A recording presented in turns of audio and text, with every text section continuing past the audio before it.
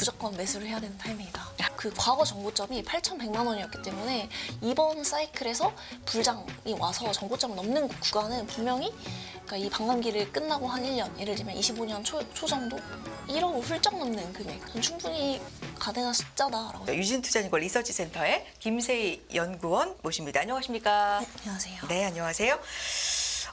보고서 중심으로 오늘 좀 이야기를 나눠볼 텐데요. 연구원님 보고서가 당연히 핀테크, 크립토 쪽 커버를 하시니까 그쪽으로 변화하는 금융질서, 토큰화 시대입니다.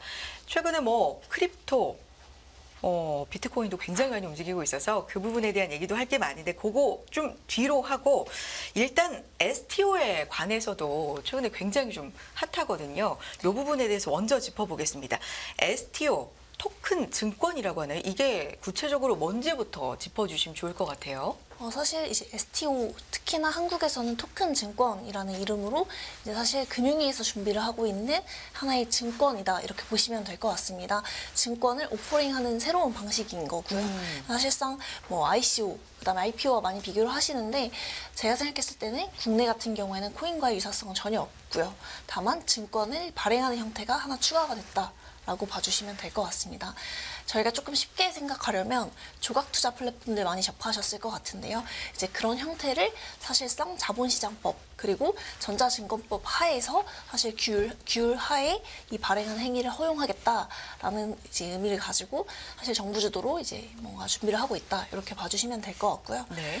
최근 사실 한 달, 그리고 특히 이제 최근 1주 정도가 이제 STO 관련주 흐름들이 굉장히 좋았던 맞아요. 것 같은데요. 근데 그 이유가 사실상 이게 정부에서 준비를 하고 있는 거고, 또 이제 관련해서 입법이 지금 진행을 하고 있습니다. 입법까지가 된 상태이기 때문에 저희가 한 12월 그리고 1월까지가 좀 STO 관련한 모멘텀들이 굉장히 많았습니다. 근데 그 와중에 비트코인 가격이 또 굉장히 많이 올라와 주면서 이제 여러 요인들이 조금 영향을 많이 미쳤다. 그리고 그 와중에 이제 사실상 저희가 보면 이제 증시를 주도하던 테마주 그리고 주도주들이 항상 있었던 이제 상황이었는데, 이제 그런 것들이 부재한 상황 속에 사실 비트코인 익스포저가 가장 좀 높은 것들이 저희가 생각했을 때는 이제 몇 가지 종목들이 있었거든요.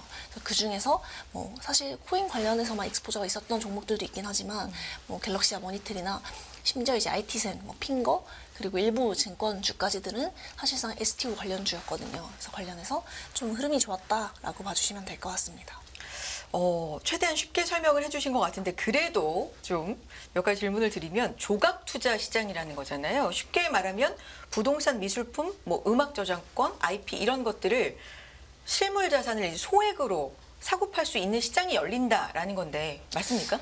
사실 근데 그 단계는 저희가 조금 더 훨씬 나중을 생각을 해야 이건 되는 나중이고, 거고요. 왜냐하면 지금은요? 사실 이게 시작하는 시점을 생각을 한다라고 하면은 저희가 아무리 빨라봐야 24년 말에서 25년 초가 될 예정입니다. 왜냐하면 이제 본회의 통과가 정말 빠른 시점에서 가능하다라고 했을 때가 24년 초가 될 예정이거든요. 그렇게 했을 때 가장 빠른 시점, 그러니까 제도화되는 시점은 사실상 24년 말인 거고요. 그럼 그 이전에 가능한 것들, 그러니까 토큰 증권이 정식 제도화되기 이전에 저희가 토큰 증권 서비스를 이용해 보고자 하면은 사실상 그 말씀해주신 부분은 유통의 개념이잖아요. 근데 그 부분까지는 사실상 힘들고, 발행단에서는 저희가 두 가지 케이스가 가능합니다. 첫 번째가 이제 금융위의 혁신금융 서비스를 지정을 받는 케이스가 될 것 같고요. 이제 그걸 받았던 케이스가 말씀해주신 부동산이나 미술품 하는 업체들, 예를 들면 카사, 뮤직하우 이런 이제 플랫폼 업체들이 이제 이걸 받은 케이스다라고 볼 수 있을 것 같고요. 이제 다른 한 가지 같은 경우는 투자 계약 증권이라고 분류된 케이스에 한해서는 이제 증권 신고서를 제출을 해서 이제 승인을 받게 된다라고 하면 저희가 사실 미리 서비스를 해볼 수 있습니다. 근데 사실 요거 같은 경우에는 현재 열매 컴퍼니라고 하는 회사에서 증권 신고서로 올라온 상태인데 아직 최종 승인은 안 됐고요. 근데 이게 연내 혹은 연초 정도는, 내년 초 정도에는 충분히 어느 정도 승인될 가능성이 높지 않냐, 이 기대감 플러스 그다음에 혁신금융 서비스라고 제가 앞서서 설명드렸던 부분에 대해서는 이제 그게 실질적으로 지금 심사를 하고 있습니다. 그렇기 때문에 12월 말에서 또 늦어도 한 1월 정도까지는 발표될 확률이 굉장히 높다라고 판단을 하면서 사실상 이제 그런 모멘텀들이 같이 움직였다라고 볼 수 있을 것 같습니다. 그럼 지금은 정책이 준비가 되고 이게 실질적으로 제가 말씀드렸던 그런 부분까지 실제로 이루어지려면 한 1, 2년 정도의 시간이 그쵸. 더 소요가 되겠지만 지금 이렇게 움직이는 건 어쨌든 뭐 규제가 좀 완화되고 흔히 샌드박스라고 하나요? 뭐 이런 움직임도 있고 그러니까 지금 움직이는 거는 굉장히 초기 단계라는 말씀이신가요? 네, 그렇죠. 사실상 뭐 지금 같은 경우에는 제도와 이전에 저희가 STO 모멘텀들이 굉장히 많고 사람들이 생각했을 때 그럼 연말부터 연초까지 이게 사실 다 테마주를 찾는 지금 시장 분위기잖아요. 근데 그런 속에서 사실 내년을 봤을 때도 이게 뭐 제도와 이전까지 굉장히 모멘텀들도 많고 그리고 그 이전에 저희가 서비스를 하기 위한 한 두 가지 수단 을 계속해서 발표하는 상황이다 보니까 이제 그런 모멘텀을 찾다 보니 저희가 토큰 증권도 그 중에 하나였다 이렇게 보시는 게 맞을 것 같다라고 생각하고 있습니다. 그 중에서 지금 뭐 말씀하신 것처럼 상한가를 기록한 종목들도 눈에 띄고 굉장히 좀 최근에 주목을 많이 받고 있습니다. 그렇다면 이게 시간이 좀 걸린다고 생각을 했을 때 투자 방향 같은 경우는 일시적으로 지금 뭐 테마라는 단어도 지금 써주셨기 때문에 일시적인 현상으로 봐야 됩니까? 아니면 지속적으로 이게 발전 가능성이 있기 때문에 중장기적으로 봐도 좋겠습니까? 저는 이제 솔직히 지금 단계에선 테마로 보는 게 맞다라고 생각하지만 중장기적으로 분명히 발전할 가능성이 있다. 다만 그 안에서의 종목은 분명히 변할 가능성이 매우 높다라고 저는 보고 있습니다. 지금 주목받고 있는 종목이 아니라 네. 새로운 것들도 많이 탄생하고 네. 저는 실질적으로 제도화가 가까워지는 시점 내에서는 네. 사실상 이건 증권사의 멀티플을 향상시킬 수 있는 어떤 모멘텀이라고 저는 보고 있습니다.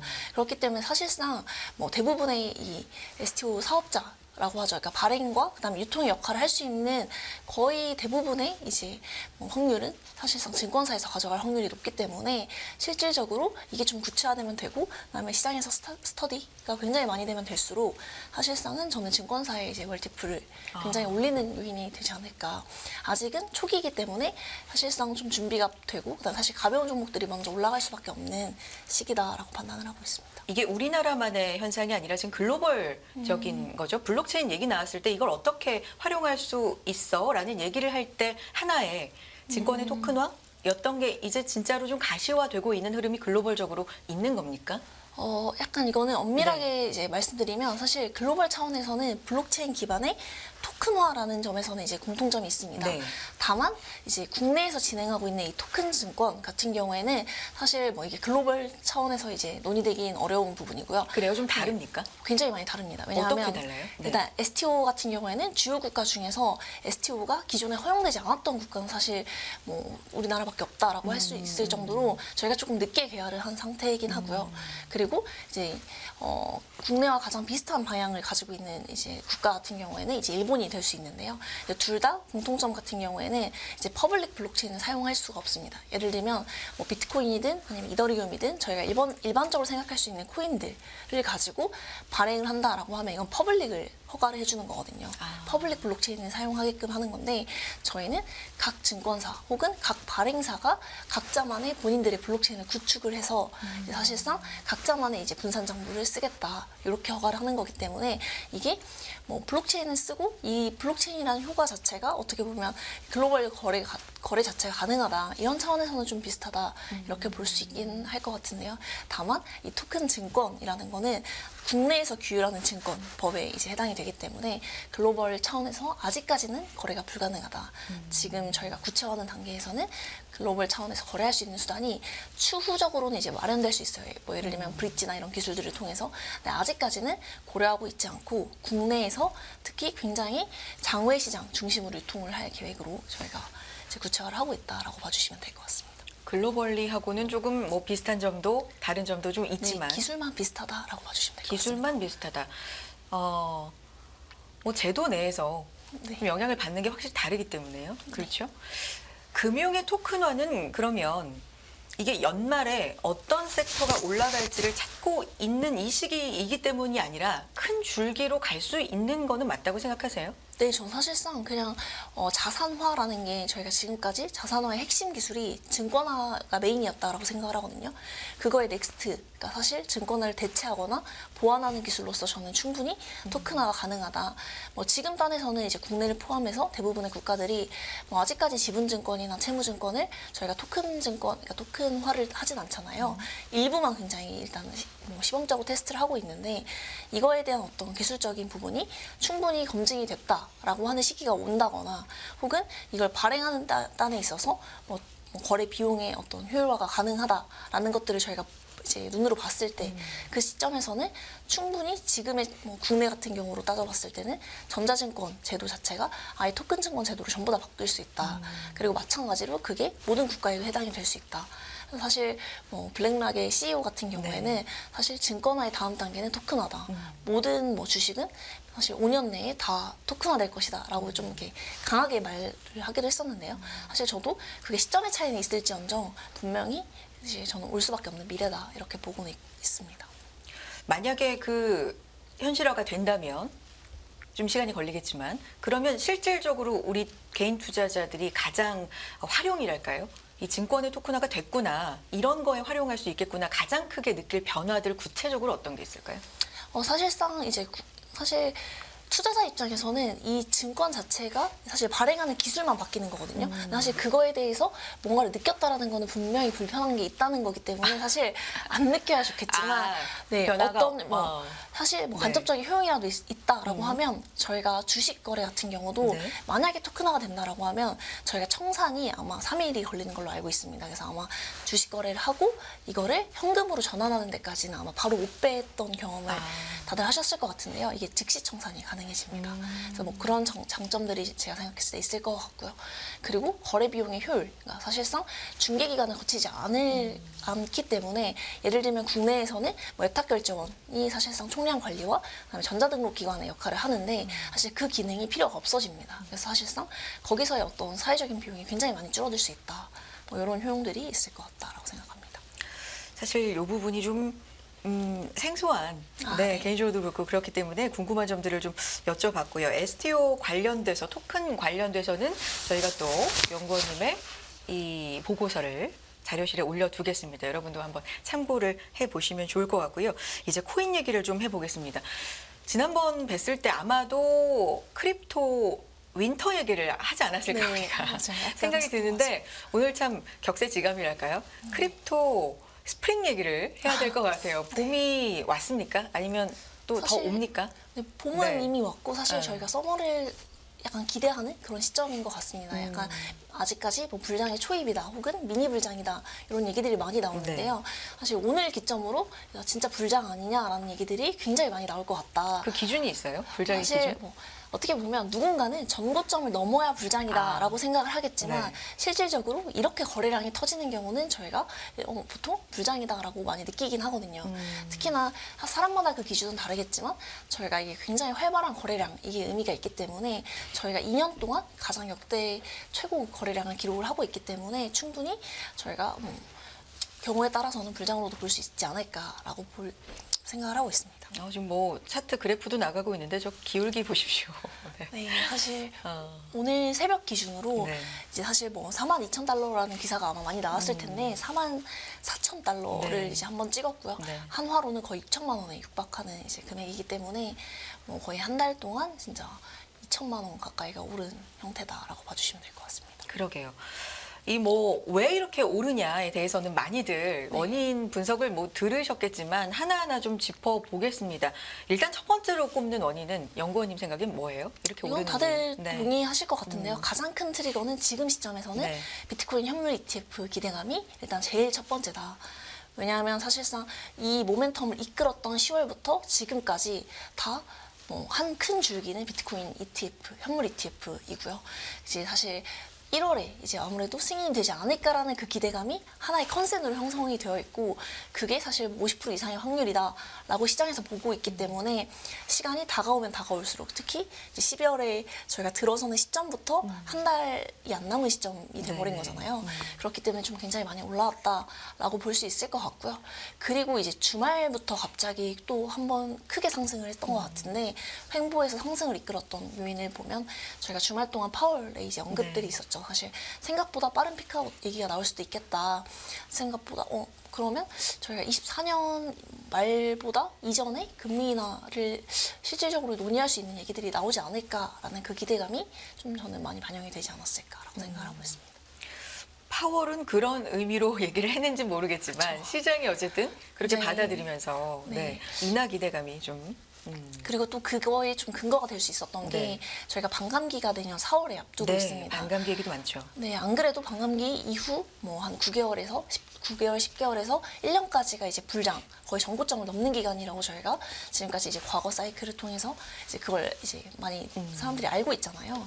근데 그 시점을 좀 당길 수 있는 하나의 요인이 생겼기 때문에 사람들이 ETF까지 되고 ETF는 수요 요인을 사실 굉장히 당길 수 있는 요인인 거잖아요. 지금까지 비트코인은 뭐 저희가 결제에서도 용이하지 않았기 때문에 수요라고 하면은 뭐 사실상 뭐 재산을 다른 곳으로 빼돌린다던가 아니면 뭐 자금 세탁을 한다던가 이런 거 외에는 사실상 뭐 수요가 굉장히 의미 있게 있다라고 보기는 좀 힘들었거든요. 근데 수요단에서 굉장히 큰 변화가 있고 또 그리고 4년에 한 번 오는 반감기를 앞두고 있고 근데 그 와중에 금리나 기대감이 조금 더 빠르게 올 수 있겠다라는 이 삼박자가 좀 맞춰진 결과다.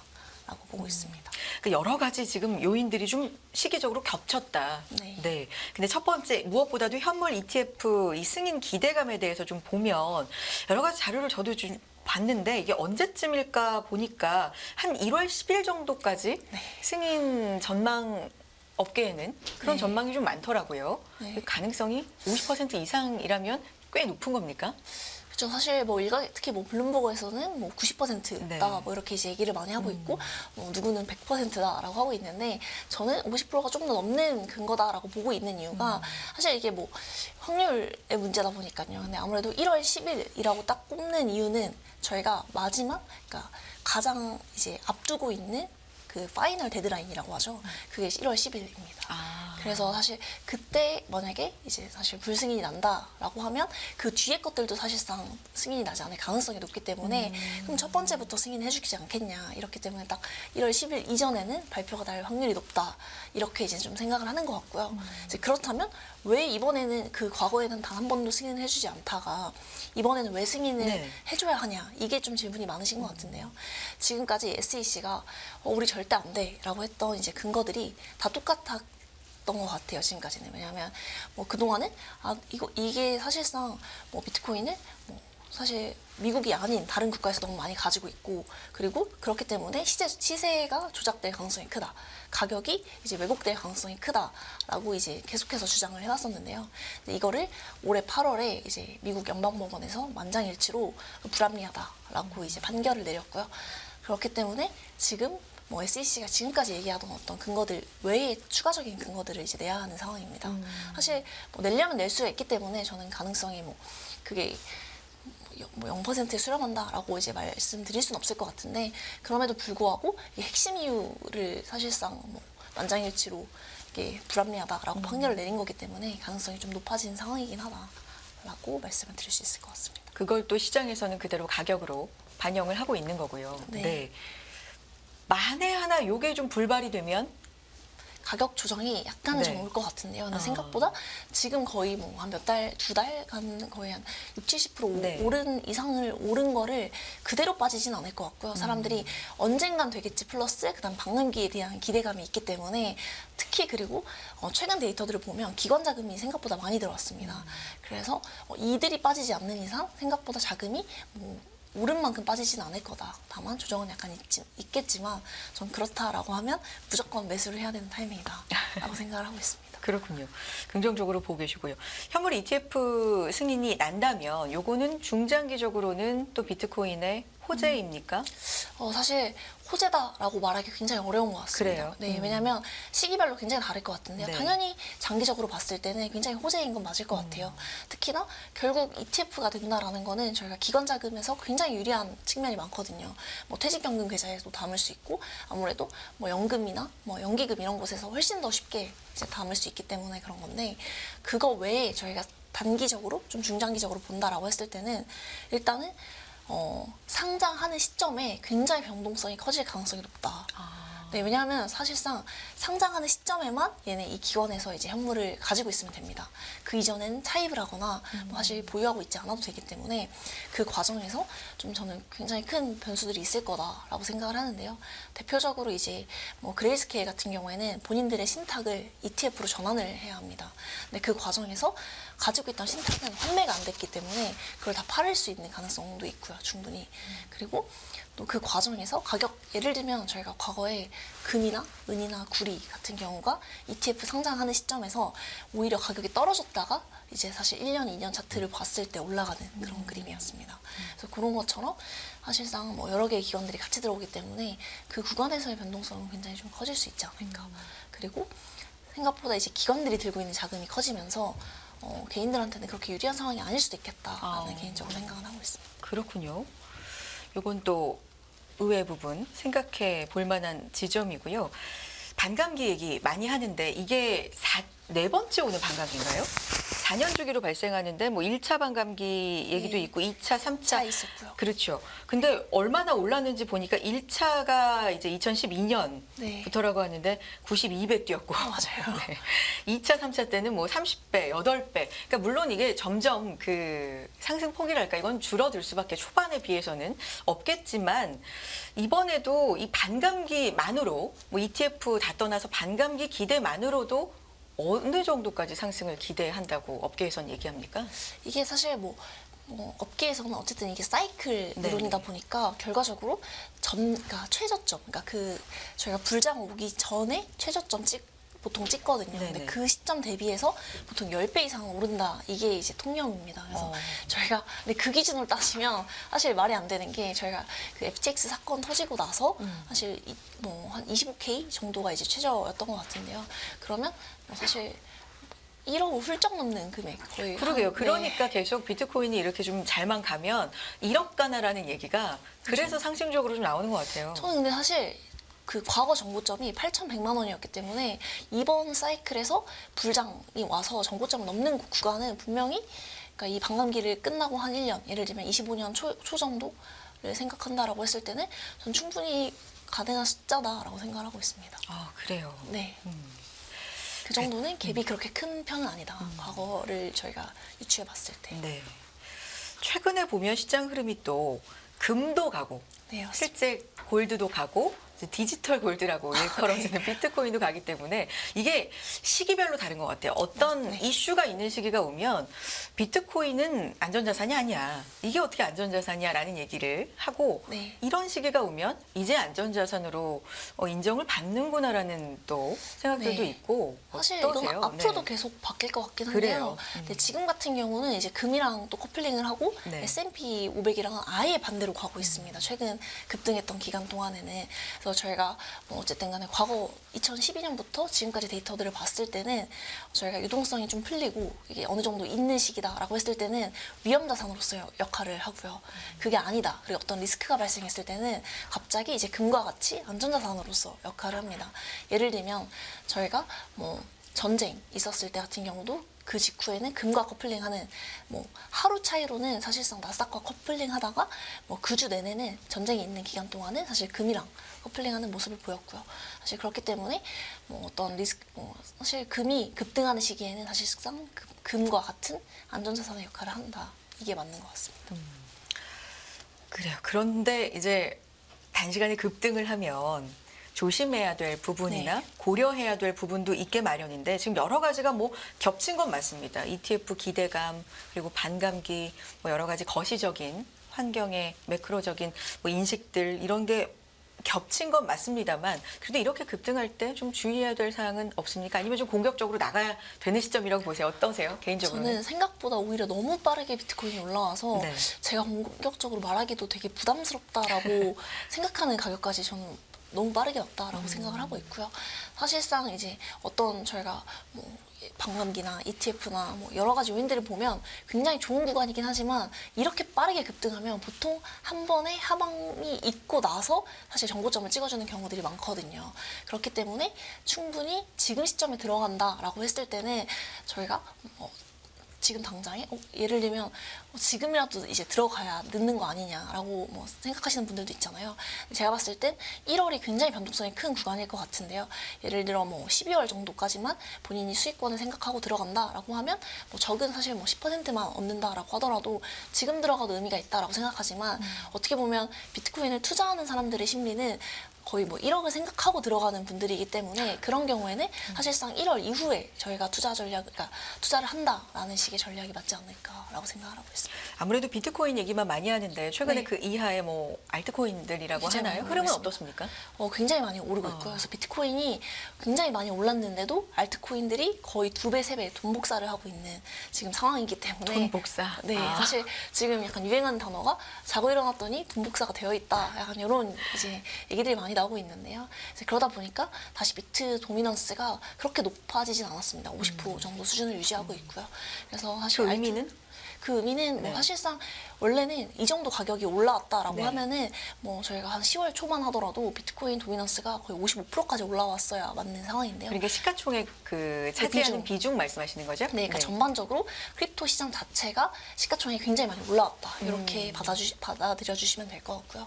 네, 그만큼 이제 어느 정도 이제 코인을 봐볼까 하는 어떤 투심도 많이 회복이 됐고, 네, 그만큼 어느 정도 컨센서스가 형성이 되어 있다. 이렇게 봐주시면 될 것 같습니다. 비트코인만이 아니라 다 같이 좀 커져 있는 네. 상황이다. 네. 거래량도 그렇고요. 네. 자, 오늘 여러 가지 뭐 STO 이야기부터 해서 토큰화, 비트코인 얘기까지 좀 해봤는데 어느 때보다도 관심이 좀 오랜만에 또 다시 높아져 있는 상황입니다. 정리의 말씀, 요약의 말씀, 네, 못다 하신 말씀 또 있다면 부탁드립니다. 사실 최근에 이제 아무래도 비트코인 가격이 굉장히 급등하다 보니까 지금 시점에 이제 사야 하냐, 뭐 매수를 이제 고민하시는 분들이 굉장히 많은 것 같은데요. 사실상 뭐 이미 있는 분들이 아니라고 하면은 조금 더 이제 뭐 비트나 이더 위주로 공부를 하신 다음에 전 1월 이후에 투자를 하는, 그러니까 1월에 그 결정이 나는 시점을 기준으로 이제 그 이후 전략을 고민하시는 방법도 전 충분히 네, 이제 의미 있다라고 생각을 하고 있고요.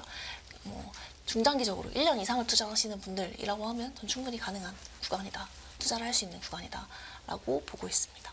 여기까지 듣겠습니다. 유진투자증권 리서치센터 김세희 연구원 함께했습니다. 오늘 말씀 고맙습니다. 네.